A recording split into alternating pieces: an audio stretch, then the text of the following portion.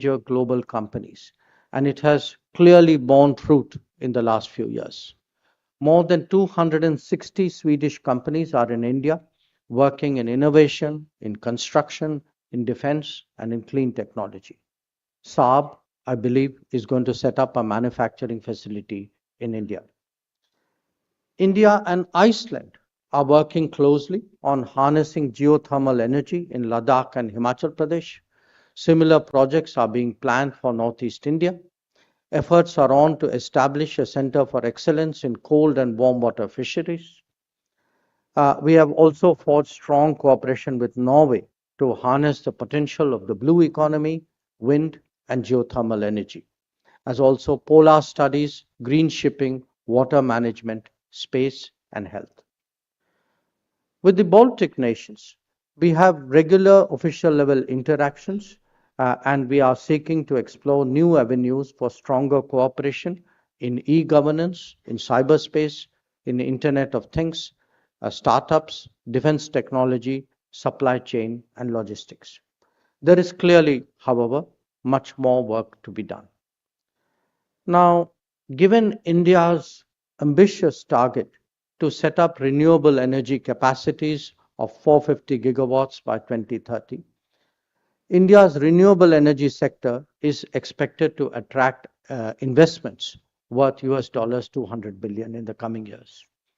According to the CII itself, India's food processing sectors have the potential similarly to attract as much as US 33 billion over the next decade. Under the Sagar Mala program, India has envisioned port-led development that I believe involves more than 600 projects overall. So these offer real opportunities for the NB8 countries for investment, for trade, and for tech collaboration and exchange of mutual expertise and best practices. The growth of fisheries too is a domain of natural collaboration. On a different note, India is an observer in the Arctic Council. It is interested in increasing its stake further in joint research and development projects and exploring rare earth mining, water, telecommunication, science, technology, innovation, and telemedicine opportunities. Given India's scientific engagement in the Antarctic, exploring a more expansive Indian and Nordic collaboration in the field will be helpful, especially in polar and climate research. Similarly, the world saw our capabilities when Chandrayaan-3 landed on the moon. India's space program opens up new opportunities for collaboration with NB8. Given the fast transforming nature of space technology, the significance of launching sites in the Arctic region, and commercialization of space and geospatial sectors in India can boost public-private collaboration. India's G20 presidency provided a unique opportunity for India to have both closer engagement with Europe and deeper ties with the Global South. Some of you joined different tracks of this G20 engagement process and contributed to its success. The voice of the Global South Summit has given a new energy today to finding practical solutions for the challenges of sustainable growth. India and NB8 can partner in this regard as they can in advancing the Global Biofuel Alliance. Some NB8 countries already have extensive development partnership programs in Africa, and our long-established Indian Technical and Economic Cooperation (ITEC) program can be a platform for further collaboration and diversification. Besides trade, investments, and technology, efforts are also made to facilitate the smooth movement of skills and talent between India and Europe. At the 13th India-EU Summit, we adopted a joint declaration on the common agenda on migration and mobility. A high-level dialogue on migration and mobility is in place to give it concrete form. We have already concluded agreements with Germany, Italy, France, Portugal, and Austria. Our negotiations with Denmark and Finland have made significant progress. I would urge others of the NB8 to consider its significance in the era of a knowledge economy.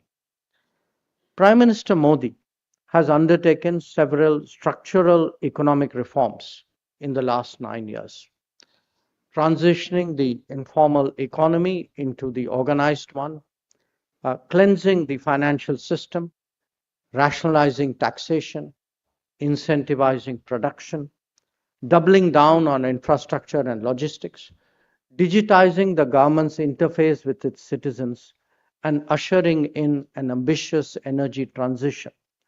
Each one of these is part of a larger policy matrix which is today paying off. But this is only the beginning.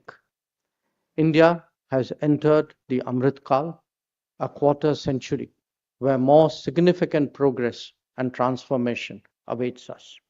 India's development agenda is based on leveraging technology to promote an ecosystem of creativity and of innovation. We are confident that our talent, now visibly unleashed, will power us forward. Our message to the world is of digitally enabled governance and delivery, a widening ambit of amenities and services, rapidly growing infrastructure, and an energetic startup culture. The rising expectations of an aspirational India will entail economic advantages and forging stronger bilateral and regional partnerships. Our credentials are rooted in the resilience of our democracy, our diversity and pluralism, and geopolitical heft, including our strategic geography that links the North Atlantic to the Pacific through the Indian Ocean. It is also reflected in our stakes in the Indo-Pacific region itself and an increasing first responder capability. The India-EU FTA and the EFTA-TEPA negotiations, as you all know, are on, and we hope to see positive developments for their early conclusion. The India-EU Trade and Technology Council, too, could open new avenues for stronger India NB8 cooperating on critical technologies and ensure the restructuring of supply chains. So let me in closing say that India's relations with NB8 are truly promising and that this business conclave is actually a testimony that others too hold that view. I'm confident that the CII can take the lead in realizing the considerable potential of this relationship. I once again thank Team CII and Team MEA for putting together this event and all of you for joining this conclave, and I wish you a very, very productive deliberation. Thank you once again for your attention.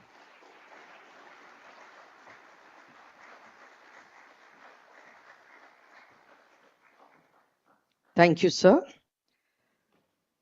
I'd now like to invite His Excellency Mr. Ville Tavio, Minister for Development, Cooperation and Foreign Trade, Republic of Finland, to give his special address. Welcome.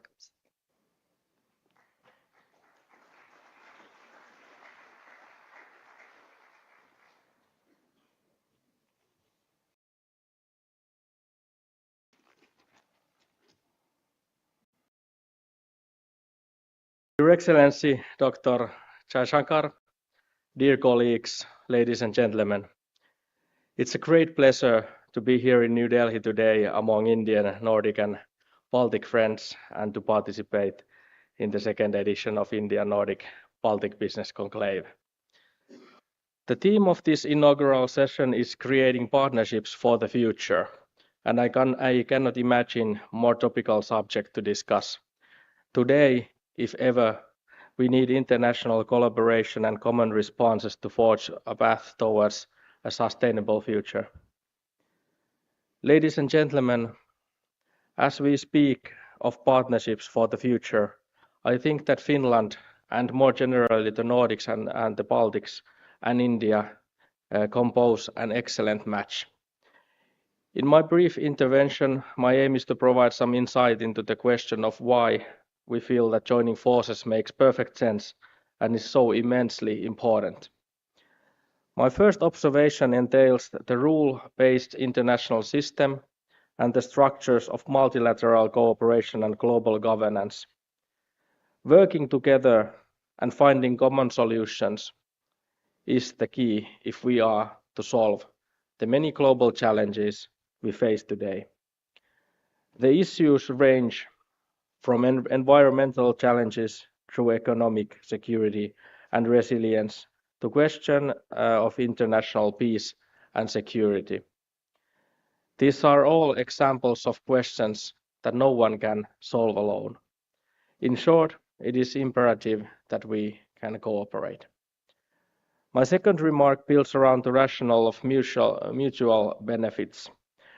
The Finnish and Indian Prime Ministers laid out a guiding map for our bilateral partnerships in the spring of 2021 in the form of a joint statement.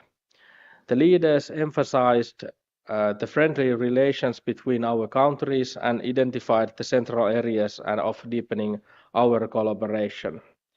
The baseline is that we possess a number of mutually reinforcing and complementary skills, innovations, and interests that will bring both parties many positive outcomes if we choose to join forces and tap the potential of cooperation opportunities. Our partnerships in sustainability and digitalization, as well as our cooperation in the fields of education, science, and innovation, reflect our strong belief in a sustainable future that we must make environmentally sound and socially just. This sustainable approach will also bring competitive edge to our companies due to innovation and technological solutions. This is why we have launched a joint Finnish-Indian DESI framework, which we will discuss further later today. To name just few examples of our collaboration with great promise, we are joining forces in telecommunications and in particular 5G and 6G development. We are advancing collaboration in quantum computing, and we are working together to boost sustainable energy systems, including advanced biofuels, green hydrogens, and smart grid solutions. In short, it's in our mutual interest to cooperate. As my third and last entry point, I would like to highlight the increasing people-to-people contacts between our countries, as I believe we are witnessing the beginning of a trend of more mobility, more encounters, and more joint networks. People-to-people exchanges and business connectivity are the key to enhance our economic development and prosperity, as well as to foster creativity, learning, and mutual understanding. This is one particular area where Finland looks forward to enhance cooperation with India significantly. In short, it is an investment in the future that we cooperate. Dear friends, against this backdrop, I'm pleased to note that cooperation, including trade and investments, between Finland and India is developing in very positive direction. Still, I believe that there is much more to come and that we can work our way through our common journey. So let us keep working together, building our partnership for the future, for the benefit of us all, Finland, India, the Nordics and the Baltics and beyond. Thank you.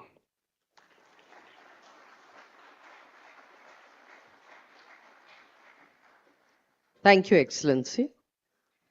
I now have the pleasure to invite His Excellency Mr. Niklas Wykman, Minister for Financial Markets, Kingdom of Sweden.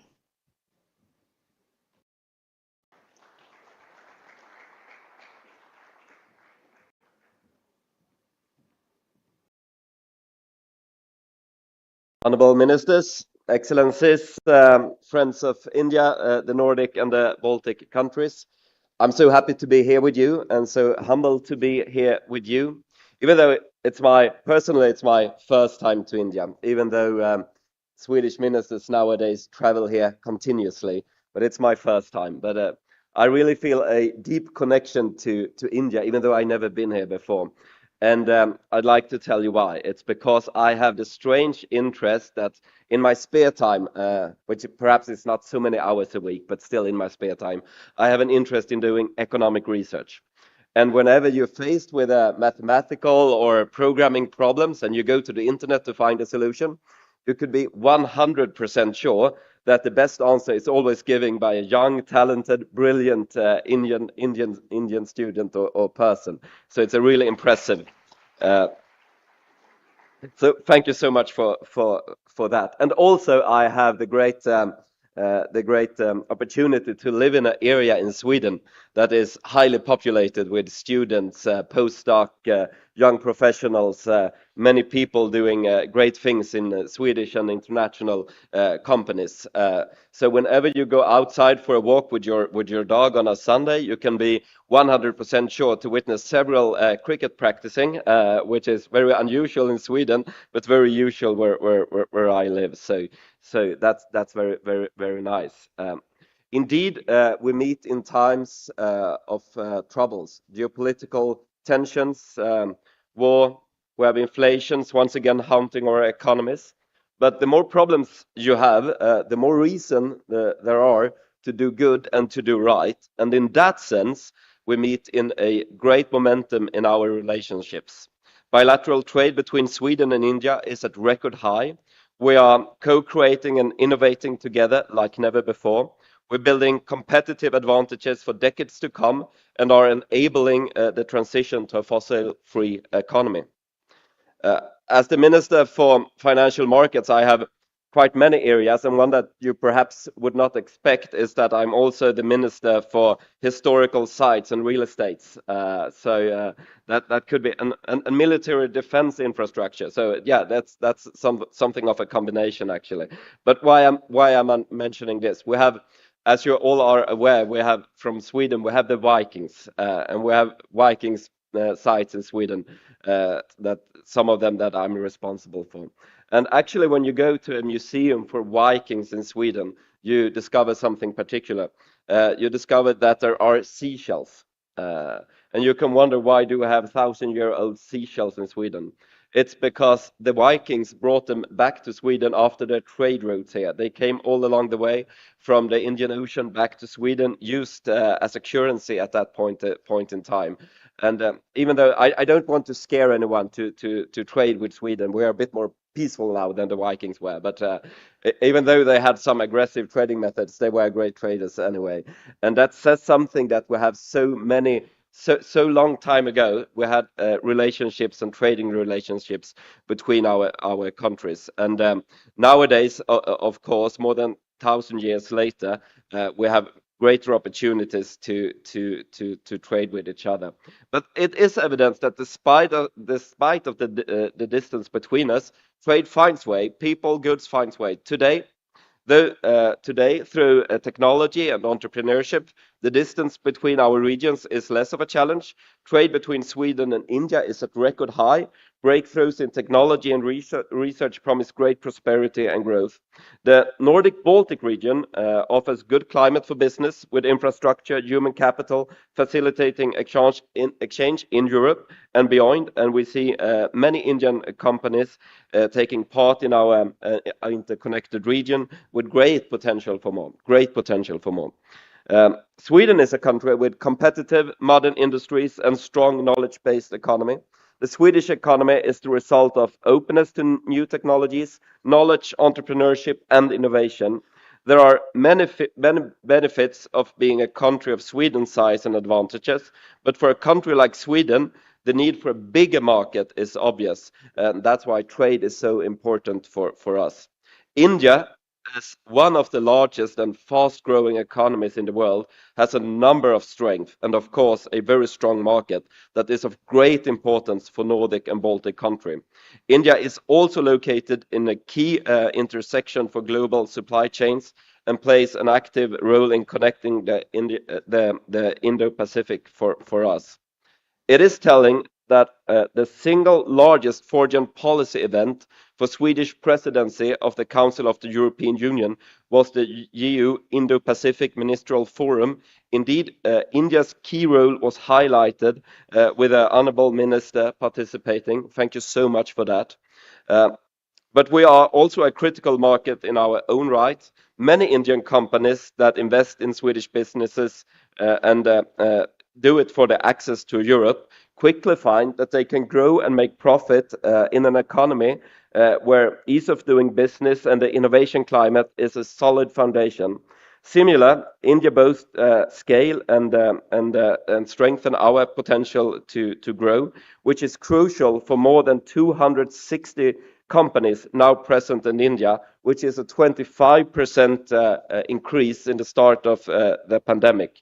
Looking ahead and to the reason why we meet today, I think it's useful to use India's vision for 2047 and the Paris Agreement as our starting point.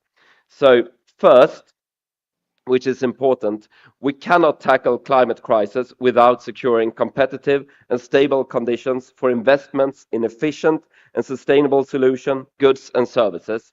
And growth is crucial itself to enable more sustainable and low carbon solutions.